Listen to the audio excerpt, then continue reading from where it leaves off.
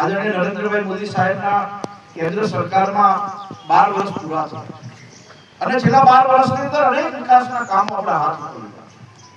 પરંતુ એક દુઃખ અમને એ વાતનું છે, બધા આગેવાનો બેઠા છે, હમણાં અમે 3 વાગે મીટિંગ બોલાવી છે. એક બાજુ ગામડાના લોકો અમારી જોડે ઘણા વિકાસના કામ આપો, વિકાસના કામ, પણ તમને કોઈ ખબર નહીં હોય 2022 થી લઈને 2026 ચાલે છે. 100 કરોડ રૂપિયા તાલુકા પંચાયત, જિલ્લા પંચાયત, ધારાસભ્યની ગ્રાન્ટ, 15માં નાણાં પંચ આયોજનની આ બધી ગ્રાન્ટો આપણે મંજૂર કરી. એ 100 કરોડમાંથી હજુ પણ છેલ્લા 3 વર્ષની અંદર 20 કરોડના કામ ગામડામાં થયા નથી અને એના કામ પેન્ડિંગ છે. આજે સરપંચોને, તલાટીને, વીસીને ગામના આગેવાનો બોલાયા છે. તમારા ગામમાં મંજૂર થયેલા પૈસા કોઈ ગામમાં 5 લાખ છે, કોઈ ગામમાં 10 લાખ, 15 લાખ મંજૂર થઈને પડ્યા છે.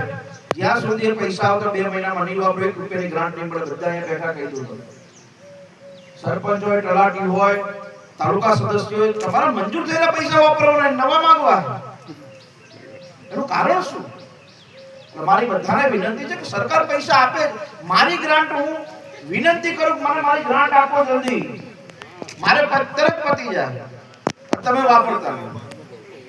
મારી બધાને વિનંતી છે, કોઈ જગ્યાએ ગટરનું કામ બાકી છે, કોઈ જગ્યાએ આરસીસી નું કામ બાકી છે, પીવર બ્લોકનું કામ બાકી છે, કોઈ જગ્યાએ સંરક્ષણ દિવાલનું કામ બાકી છે, તો મારી આપ સૌને વિનંતી છે, એમાં ખાસ તાલુકા સદસ્યોને અને મારી ટીડીઓ બેન કે પહેલા આ બધા કામ પતાવવા માટે ચંદુભાઈ સાહેબ હું આપને પણ વિનંતી કરું, જ્યાં લગી આ કામ ન હોય તમે લિસ્ટ લઈ લેજો, ત્યાં સુધી ગમે ગ્રાન્ટ પણ ન આપો.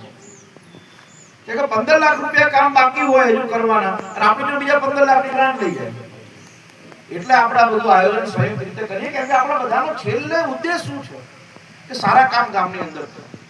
આપણે કોઈ ગામની અંદર જઈએ તો આપણે કોઈ એવું ન કે ગાંધીભાઈ અમારા ગામમાં કામ નથી થતું, તો આપણે જે પૈસા સરકાર આપે છે પૈસાનો યોગ્ય ઉપયોગ થાય એવી મારી આપ સૌ પાસે લાગણી છે.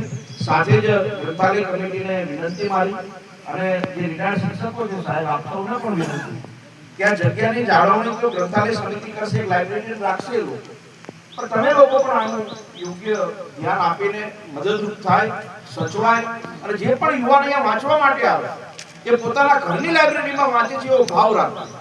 પુસ્તકોની અંદર ખાલી લખવું નહીં, પુસ્તકોની અંદર બગાડ કરવો નહીં, પુસ્તક જ્યાંથી લઈએ ત્યાં પાછું મૂકવું, પુસ્તક અહીંયાથી ઘરે વાંચવા લઈ જઈએ તો સમયસર પાછું